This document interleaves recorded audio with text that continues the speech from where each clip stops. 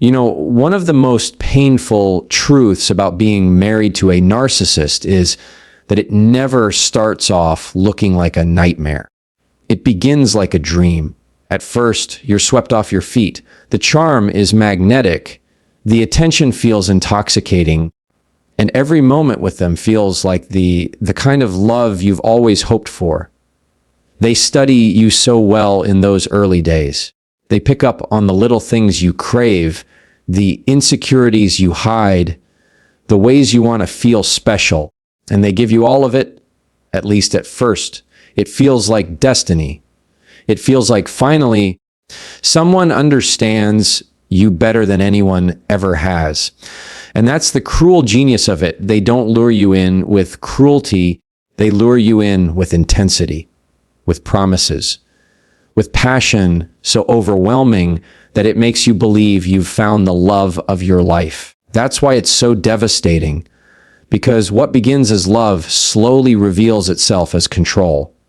Over time, the mask slips. That same intensity that once made you feel cherished now makes you feel suffocated. The passion that once felt like devotion begins to feel like domination. You start to notice that the things that once drew you and now come with strings attached. Every gift, every compliment, every gesture, it's not freely given, it's an investment. An investment they expect to control you with later. And you begin to wonder, how did this happen? How did I go from feeling like the most special person in the world to feeling like a prisoner in my own marriage? It's because what you thought was love was never love at all. It was bait. It was a performance. It was a carefully crafted illusion designed to make you trust, to make you depend, to make you surrender pieces of yourself without even realizing it. When you live with a narcissist, you learn that the spotlight of their love is never really about you. It's about what you can provide for them. Attention, admiration, validation. And the moment you stop feeding their need for control, the warmth of that spotlight turns cold. Suddenly, the same person who once made you feel adored now makes you feel invisible. The one who once called you their everything now treats you like nothing. That whiplash between love and rejection is what keeps you trapped, hoping that if you just try harder, you'll get back the person you first met. But here's the painful truth. That person was never real. The version of them that swept you off your feet, that version was a mask, a disguise. And the tragedy is, you can spend years of your life chasing a ghost, waiting for them to return to the person they were in the beginning, not realizing that person never truly existed. This is the heartbreaking cycle so many people live through: the illusion of love followed by the reality of control. It breaks you down slowly because you cling to the memory of who you thought they were.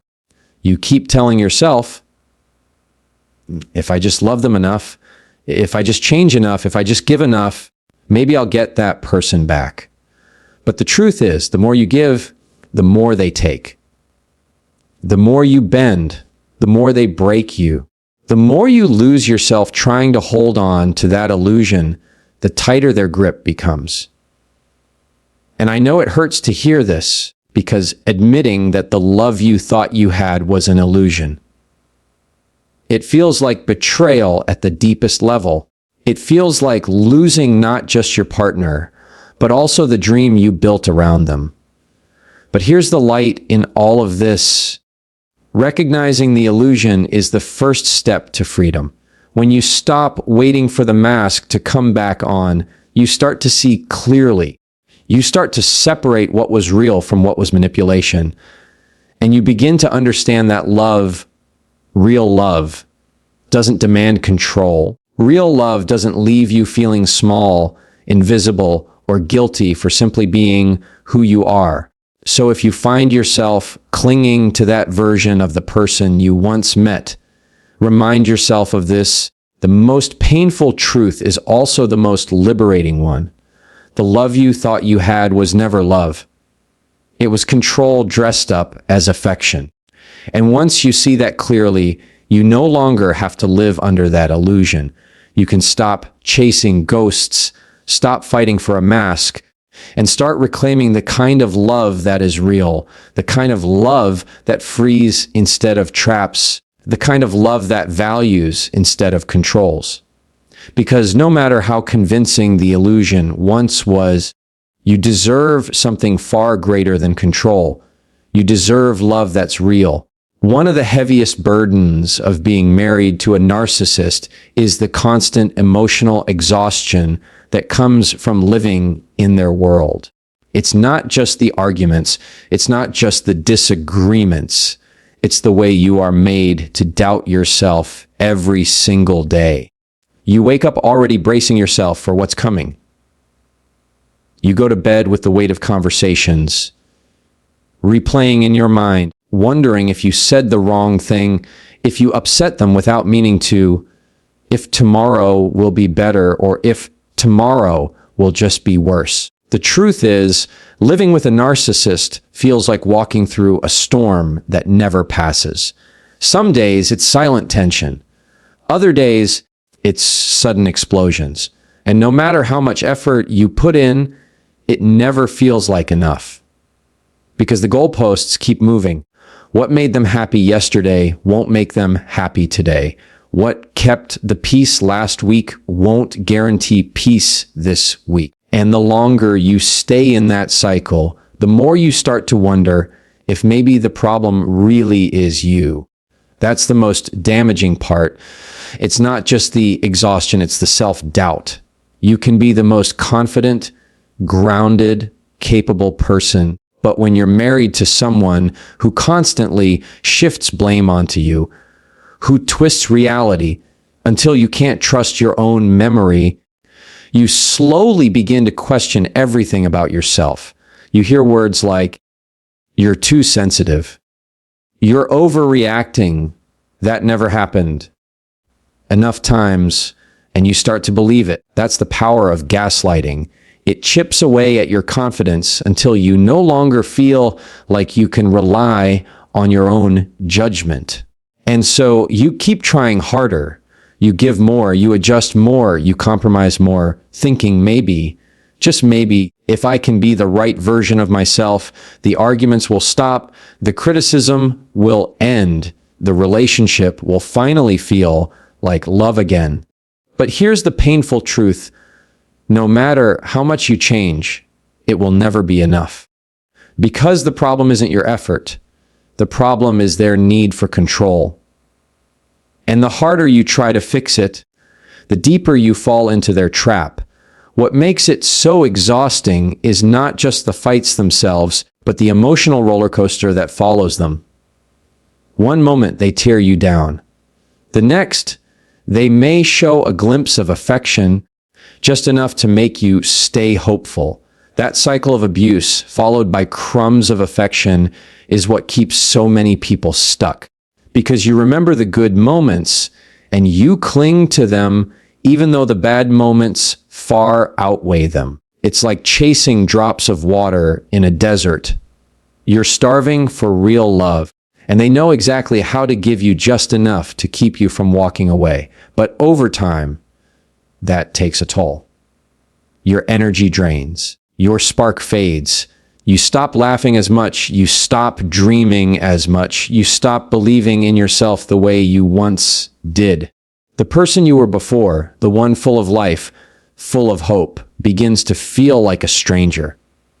And the saddest part is you don't even notice it happening right away. It's so gradual, so subtle, that by the time you realize how far you've fallen, you barely recognize yourself in the mirror. That's the emotional exhaustion of living with a narcissist. It's not just tiredness, it's a soul, deep weariness. It's carrying the weight of two people's emotions, two people's needs, and getting none of your own met. It's sacrificing your peace every day for the illusion of keeping the marriage together. And when you live in that space long enough, it convinces you that maybe you don't deserve more. Maybe this is just what marriage is supposed to be. Maybe you're asking for too much. But that's the lie. That's the trap. Because the truth is, you are not too much. Your needs are not unreasonable. Your desire to feel loved, respected, and safe is not asking for too much. It's asking for the bare minimum of what a healthy relationship should be. And when you start to see that clearly, you begin to take your power back. You see emotional exhaustion and self-doubt are not signs that you are weak. They are signs that you've been carrying a weight no one should ever have to carry. They are proof of your strength, your endurance, and your heart. But strength doesn't mean staying in a place that breaks you down. Real strength is having the courage to recognize when love has become a lie. Real strength is choosing yourself even when you've been conditioned to put yourself last. So if you feel worn down, if you feel like you've lost your voice, if you feel like you no longer know who you are, let this be the moment you remind yourself of the truth. You are not broken. You are not crazy. You are not the problem. The exhaustion you feel is not proof of your weakness. It's proof of how hard you've been fighting for love that was never real to begin with. And you deserve to stop fighting for someone else's approval and start fighting for your own peace, your own healing, and your own freedom. Because when you do, you'll discover that the love you've been waiting for all along is the love you begin to give back to yourself. Another painful reality of being married to a narcissist is the slow, deliberate way they isolate you. At first, it doesn't even feel like isolation. It feels like protection, like care.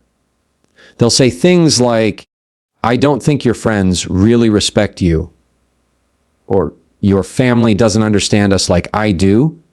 And at first, it sounds like they're just being honest, maybe even protective. You think, wow, they must care about me so much if they're this concerned. But over time, you realize those words aren't coming from a place of love. They're coming from a place of control. It's subtle in the beginning. A little suggestion here, a small comment there. Why do you spend so much time with them? I don't like the way they talk to you. We don't need anyone else. We have each other. Slowly, you start seeing less and less of the people you once leaned on. Maybe you stop going out with friends as often because you know it'll cause a fight. Maybe you stop sharing your struggles with family because every time you do, your spouse convinces you they wouldn't understand, or worse, they'll make you feel guilty for even talking to them. And before you know it, the circle of people in your life grows smaller and smaller until one day it's just you and them. And that's exactly how they want it. Because when it's just you and them, they have complete control over the narrative. There's no outside perspective, no one to remind you of what's normal, no one to validate your feelings. It's just their voice, their opinions, their version of reality, and eventually that's all you hear. That isolation is not love. It's imprisonment dressed up as intimacy. You see, real love doesn't try to cut you off from the people who care about you. Real love celebrates your connections, encourages your friendships, and strengthens your family bonds. Real love understands that you need a community, that you need support outside of your marriage. But a narcissist can't stand the thought of you having a life beyond them. Because the moment you're surrounded by people who remind you of your worth, their control begins to slip. And here's where the trap deepens. When you are isolated, it becomes harder to leave. Because now, you don't have the same support system you once had. You don't have as many people to call when things get tough. You may even feel ashamed to reach out after all this time because it's been so long since you've let them in. That's how a narcissist wins. They make sure that when you feel like you need someone the most, the only person you feel you can turn to is them. But the truth is, that's a lie they've sold you. You are not alone, even when they make you feel like you are.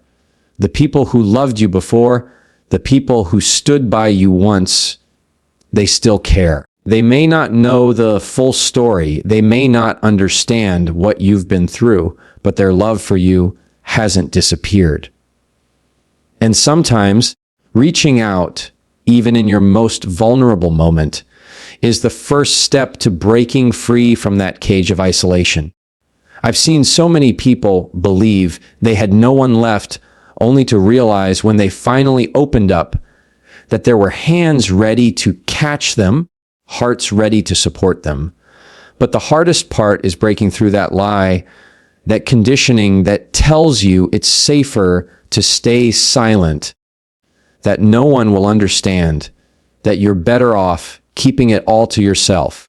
That's not protection. That's the prison they built around you. And here's something you need to hold on to.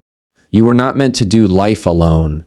Human beings are wired for connection, for community, for love that expands beyond just one relationship.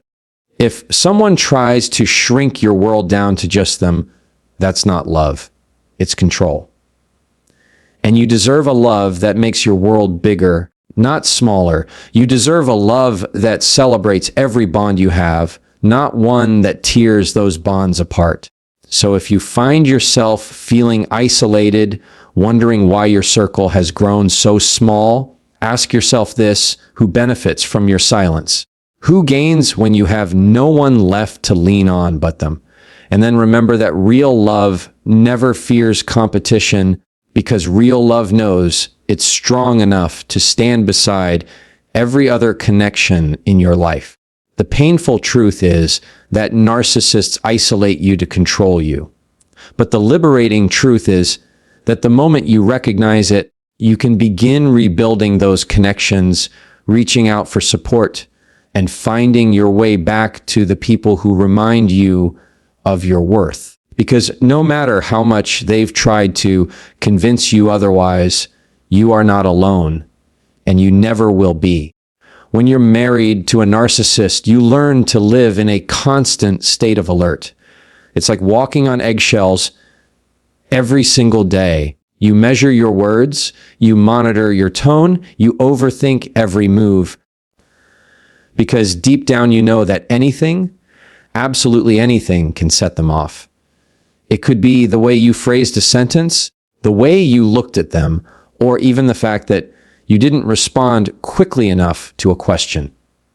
Suddenly, you're in the middle of an argument you never saw coming, defending yourself against accusations that don't even make sense. That's what life with a narcissist feels like: unpredictable, unstable, and exhausting. There's no such thing as peace of mind, because you never know when the next storm is coming. Even in quiet moments, you're tense, waiting for the explosion. And that waiting, the constant bracing yourself, that's its own form of trauma. You end up living in a world where calm doesn't mean safety. It just means silence before the next attack. And over time, you start adjusting yourself to minimize the damage. You hold back opinions. You swallow your needs. You avoid certain topics. You try to keep the peace, thinking if you just stay careful enough, maybe you'll avoid the fight. But the painful truth is, no matter how careful you are, no matter how many times you bend, the explosion still comes. Because it's not about what you did or didn't do. It's about their need to control. And when someone thrives on conflict, you can't avoid it by being quieter. You can't fix it by being smaller. What makes this even more damaging is the way it wears down your spirit. Living in that constant state of fear teaches you to doubt yourself. You stop trusting your own reactions because you've been conditioned to believe you're always the one who's wrong. You stop believing you deserve to speak up because every time you do, it turns into a war. And little by little, you silence yourself, not because you want to, but because it feels like survival. And let's be honest, that's what it becomes. Survival. You're not living in that marriage, you're surviving it. You're enduring the day, making it to the night, and hoping tomorrow will be different. That's not partnership. That's not love. That's not what marriage was ever meant to be. Marriage should be the place where you feel safest, but with a narcissist, it becomes the place where you feel the most unsafe. And here's where it gets even harder. Sometimes, after the blow up, they'll switch and suddenly act loving again. They'll act like nothing happened. They'll even make you feel guilty for being upset, and that whiplash between anger and affection keeps you trapped. It makes you question yourself even more. Was it really that bad? Am I overreacting? Maybe I just need to be more patient. But that cycle, explosion, guilt, affection, silence, isn't love. It's manipulation. It's control. The tragedy of walking on eggshells is that it steals your freedom without you even realizing it. You lose the freedom to be yourself. You lose the freedom to express your thoughts, your emotions, your needs. You lose the freedom to feel at peace in your own home. And home should be the one place where you don't have to walk carefully, where you don't have to measure every step. Home should be where you exhale, not where you hold your breath. And I want you to really hear this. You were not created to live in constant fear. You were not designed to shrink yourself just to keep someone else calm. That's not love. That's captivity. And the longer you live in it, the more it convinces you that maybe this is all there is. But it's not, because when you finally step out of that cycle, when you finally begin to rebuild your voice and reclaim your peace, you realize how much life you've missed while tiptoeing around someone else's moods. You realize how heavy the silence was, how much of yourself you had buried, how much joy you had put on hold just to avoid the next explosion. And when you see that, you begin to understand that peace isn't supposed to be earned by walking on eggshells. Peace is supposed to be the foundation of real love. So if you're tired of living every day in fear, tired of silencing yourself, tired of waiting for the next outburst, remember this: love should never feel like survival. Love should never feel like a battlefield you walk through every single day. You deserve a home where your voice is welcome, where your presence is valued, and where peace is not a fragile illusion, but a daily reality. Because no one was meant to live a life where every step feels like it might break something. You deserve to walk freely, to speak freely, and to love freely, without fear of the ground breaking beneath you. One of the deepest wounds of being married to a narcissist isn't just the arguments, the gaslighting, or the isolation. It's something far more subtle, far more devastating. It's the slow erosion of who you are. It's losing yourself piece by piece until one day you wake up and realize you don't even recognize the person staring back at you in the mirror. It doesn't happen all at once. At first, you still laugh the way you used to. You still dream the way you used to. You still feel like yourself. But over time, you start giving up little pieces of who you are just to keep the peace. And maybe you stop doing something you love because it always causes a fight. Maybe you stop speaking up when something hurts you because you know they'll twist it and make it your fault. Maybe you stop wearing certain clothes, or stop talking to certain friends, or stop voicing your opinions because every time you do, it turns into a battle you can't win. And each time you silence yourself, each time you shrink a little smaller, each time you trade a piece of yourself for temporary calm, You lose part of your identity. You don't notice it right away, but slowly, who you are gets buried under who they need you to be. And before long, you're not living as yourself anymore. You're living as a version of yourself that they've created, a version that exists only to meet their needs. That's what makes it so painful, because you remember who you used to be. You remember the person who was full of life, full of dreams, full of confidence. But when you're constantly criticized, constantly doubted, constantly told that your feelings don't matter, you begin to believe it. You begin to question whether the old you was ever real. And that's how deeply they get into your mind, so deeply that you forget you ever had a self outside of them. The truth is, when you're married to a narcissist, your entire identity gets wrapped up in managing their emotions. You become the peacemaker, the fixer, the caretaker. Your needs get pushed so far down that you almost forget you have them. And the tragedy of that is you start to believe that this is what love requires, that love means sacrifice, even if that sacrifice costs you your own soul. But real love doesn't erase you. Real love doesn't demand that you give up who you are just to keep someone else comfortable. Real love celebrates you. It lifts you. It makes you more of yourself, not less. I can't tell you how many people stay in marriages with narcissists because they think, if I just give a little more, if I just change a little more, if I just lose a little more of myself, maybe this will finally work. But the painful truth is, the more you give up, the more they take. The more you change, the more they demand. The more of yourself you lose, the more power they gain. And by the time you realize it, the person you once were is buried so deep you don't know if you can ever find them again. But here's the hope you can. You can rebuild. You can rediscover. You can unlearn the lies that convinced you your value was in how much you could sacrifice. You can find your voice again, even if it feels shaky at first. You can start small by saying no when you used to say yes, by reconnecting with something you loved that you gave up, by reminding yourself of who you were before their shadow fell over your life. And every step you take toward yourself is a step out of their control.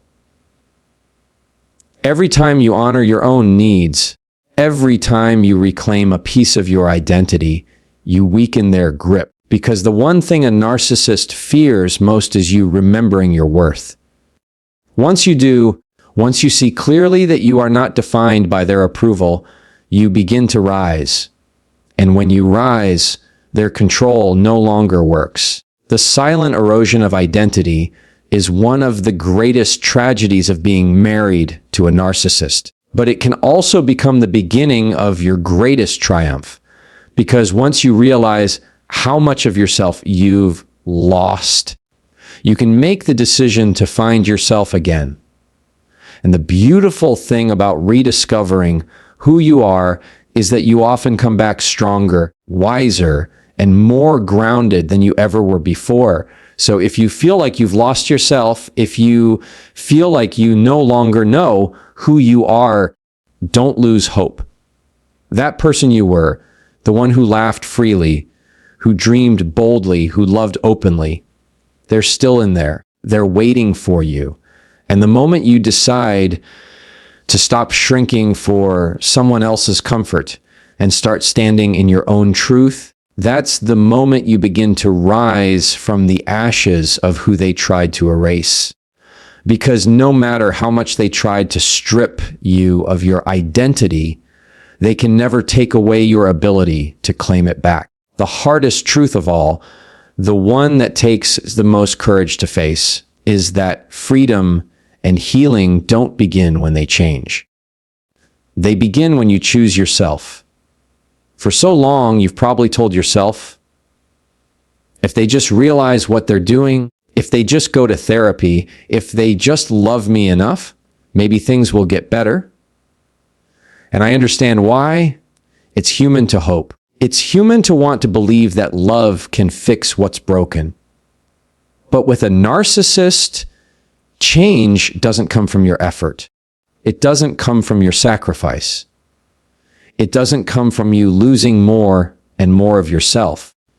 It comes only when they decide to change, and most never will. So the question becomes, how long are you willing to wait? How long are you willing to trade your peace, your joy, your identity for the hope of something that may never come? That's the breaking point so many people reach. It's the moment when you realize that healing isn't about waiting for them. It's about deciding that you deserve more.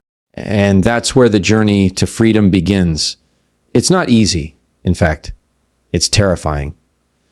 Because by the time you get here, you've been conditioned to doubt yourself, to believe you can't stand on your own, to feel like no one else will ever understand you. But let me tell you something. Courage doesn't mean you're not afraid. Courage means you take the step anyway, even while you're shaking, even while your heart is racing. The first steps may feel small. Setting a boundary, saying no when you would have said yes, reaching out to a friend you've been distant from, talking to a counselor, writing down your truth.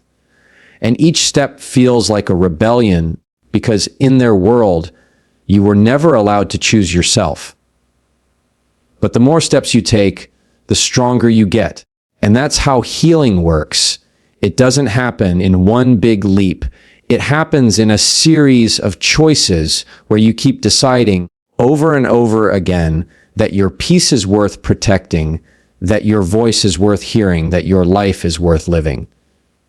And yes, there will be setbacks. There will be days you question yourself, days you wonder if you're making the right choice, days when their words echo in your head so loudly it feels like you'll never escape. But those days don't define you. What defines you is that you keep moving forward. What defines you is that no matter how many times they tried to convince you that you were powerless, you're still here, still standing, still searching for the truth. And the truth is, real love doesn't break you. It builds you. Real love doesn't demand your silence. It celebrates your voice. Real love doesn't leave you feeling small. It makes you feel safe to be exactly who you are. And that's what you're walking toward. That's what freedom looks like. It's not just leaving a person. It's leaving behind the belief that you're unworthy of something better. Healing is rediscovering yourself in the quiet moments when you no longer have to explain, defend, or prove your worth. Healing is laughing again without fear of it being used against you. Healing is remembering that your value doesn't come from someone else's approval, but from the simple fact that you exist and you are enough. Healing is walking into a room and not shrinking, not second guessing, not apologizing for breathing. And one day, you'll realize that the version of yourself you thought was gone forever, the one they tried to erase, has been waiting all along, waiting for you to open the door, waiting for you to choose freedom, waiting for you to finally say, I deserve more than this. And when that day comes, you'll look back at the ashes of what you survived, and you'll see not just pain, but strength. You'll see not just loss, but resilience. You'll see that even though they tried to break you, you built yourself back stronger than ever. The path to freedom and healing isn't easy, but it's worth every step. Because you weren't created to live small. You weren't made to live in fear. You weren't put here to be silenced or controlled. You were made for more peace, more joy, more love, more life. And the moment you believe that, the moment you truly claim it, is the moment you begin to live again.